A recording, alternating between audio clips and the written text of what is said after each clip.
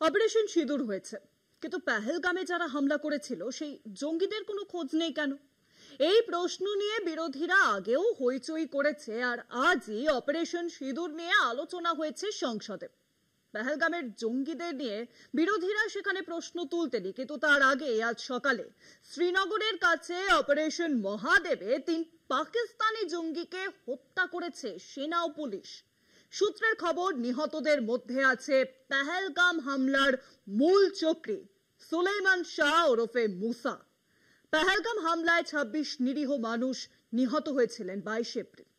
পুরো এলাকা ঘিরে এখনো চলছে তল্লাশি অভিযান।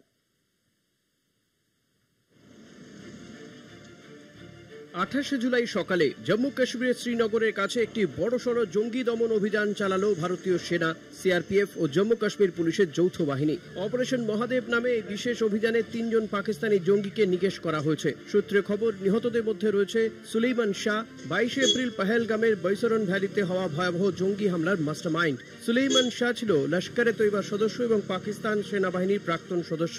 সে হাসিম মুসা নামেও পরিচিত ছিল। পেহেলগাঁও হামলার পর সুলাইমানের সন্ধান দিতে পারলে 20 লক্ষ টাকার পুরস্কার ঘোষণা করেছিল জম্মু কাশ্মীর পুলিশ। অবশেষে আজ তাকে নিকেশ করা সম্ভব হয়েছে বলেই সূত্রে খবর। সূত্র মারফত এও জানা গিয়েছে, অভিযানে নিহত অন্য 2 জঙ্গি আবু হামজা ও ইয়াসির, 3 জনই পাকিস্তানি নাগরিক এবং দীর্ঘদিন ধরে কাশ্মীর উপত্যকায় সক্রিয় ছিল।